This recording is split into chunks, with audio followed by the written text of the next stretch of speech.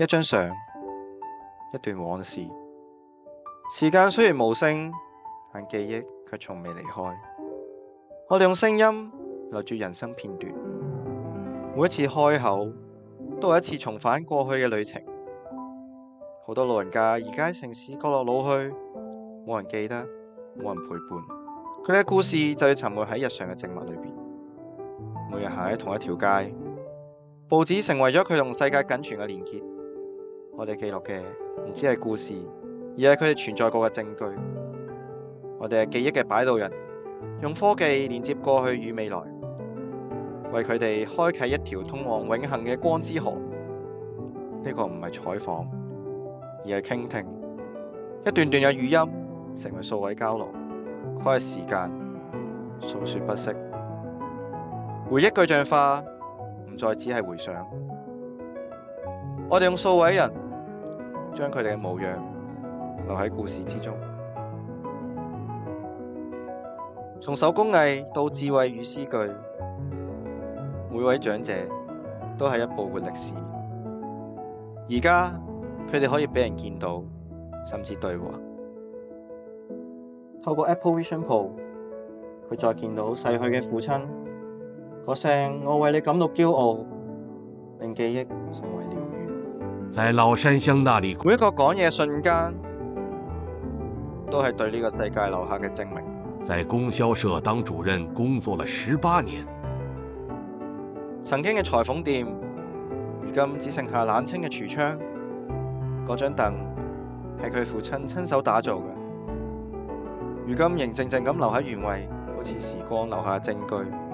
數位記憶令失落嘅傳承重現眼前，技術令我哋穿越時間，回到嗰啲曾經溫暖過我哋嘅地方。黃子華講過，生人都要破地獄㗎，生人都好多地獄。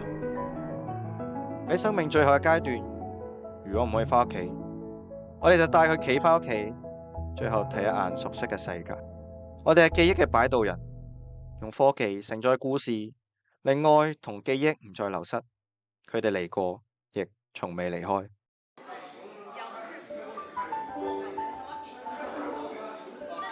呢度係雲南服務學習嘅服務地點，我哋喺呢度向老人家展示咗初步嘅3D 重建模型，並喺展示過程中同佢哋傾偈，收穫咗唔少嘅有趣故事，係我哋 Memo Space 數字記憶平台構想初型嘅起點，獲得社區老人家熱烈回饋，協助我哋完善平台嘅初型，更成為我哋平台最具共鳴嘅實例之一。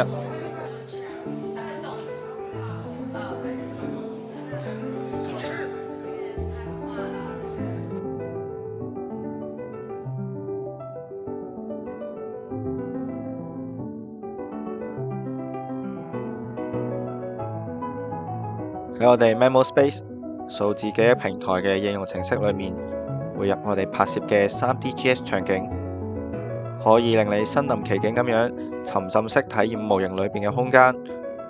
我哋亦都利用平台保存咗老人生活過嘅古宅。